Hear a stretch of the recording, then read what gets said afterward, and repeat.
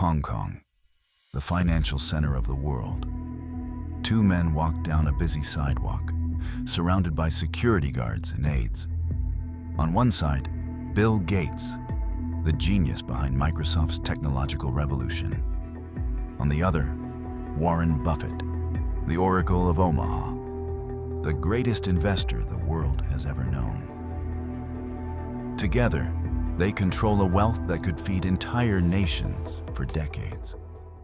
The world expects them to walk into a 6-star hotel penthouse to enjoy a $1,000 dinner.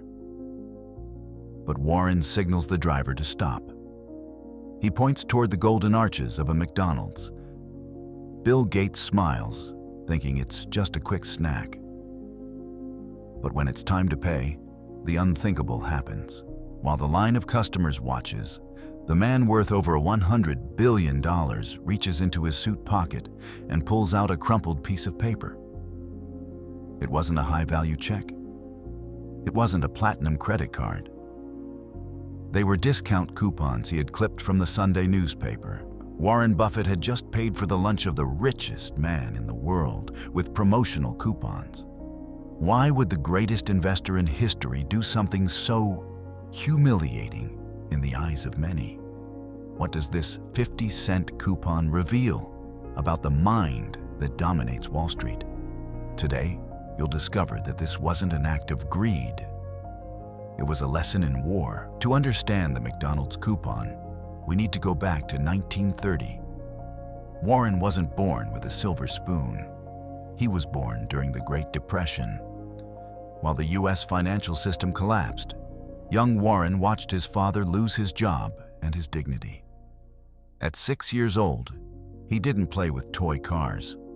He bought 6 packs of Coca-Cola for 25 cents and sold each bottle for a 5-cent profit. He learned early on that the difference between success and bankruptcy isn't how much you earn, but how much you protect what you already have. When Buffett and Bill Gates became friends in the 90s, the world saw an unlikely union. The old investor who didn't know how to use email and the young billionaire who was building the internet. But there was something that united them: the logic of efficiency. However, not even Gates was prepared for Warren's level of discipline. The trip to Hong Kong wasn't for leisure.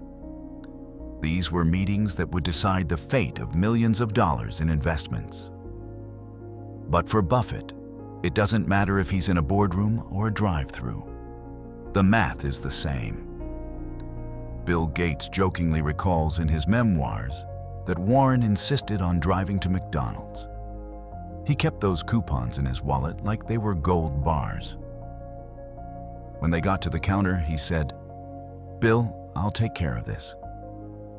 Imagine the scene. The trip to Hong Kong wasn't for leisure. These were meetings that would decide the fate of millions of dollars in investments. But for Buffett, it doesn't matter if he's in a boardroom or a drive-thru. The math is the same.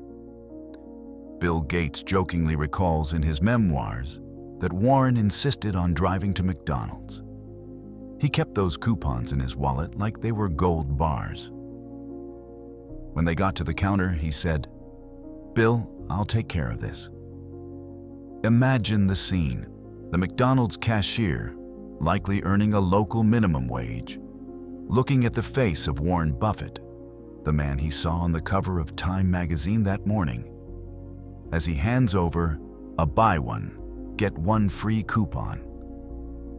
Why does this matter? Because for Warren, spending $1 where you could spend 50 cents isn't just saving. It's an intellectual character flaw. If you are capable of wasting money on a burger, you will be capable of wasting millions on the wrong company acquisition. There is a phrase by Buffett that defines this channel and this story. Price is what you pay. Value is what you get. On that day, the price of lunch was irrelevant to his bank account. But the value of using the coupon was keeping his mind trained. Buffett believes the human mind is like a muscle. If you start feeling too important to use a discount coupon, you start losing your connection with market reality. The financial market is cruel to the arrogant. Wall Street is full of geniuses who made fortunes and lost them on parties, yachts, and ostentation. Buffett, on the other hand, lives in the same house he bought in 1958 for $31,000. He drives his own car. He eats the same breakfast for under $3 at McDonald's every day, and the exact price depends on how the market opened that morning. Bill Gates learned something that day. He realized that Buffett's longevity at the top wasn't luck. It was an absolute refusal to change his principles for the sake of status. Many people try to look rich by spending what they don't have. Warren Buffett, being truly rich, has nothing to prove.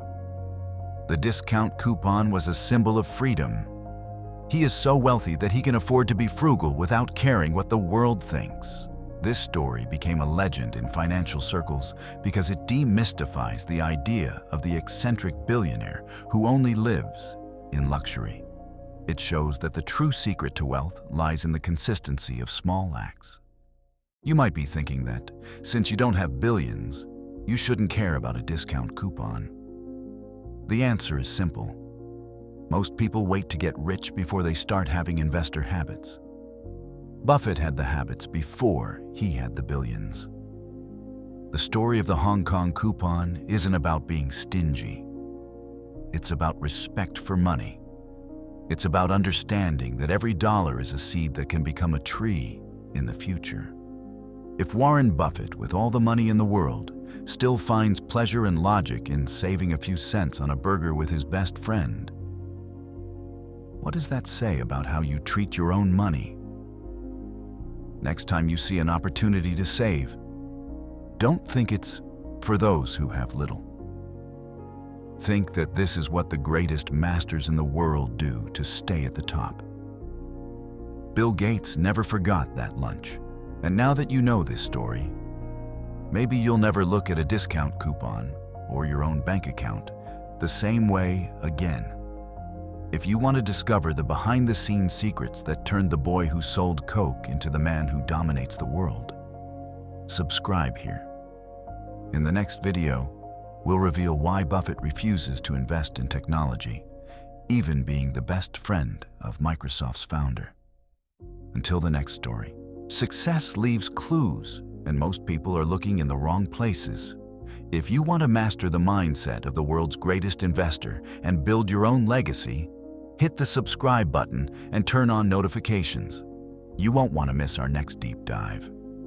The shocking reason why Buffett never bought a single share of Microsoft. See you in the next story.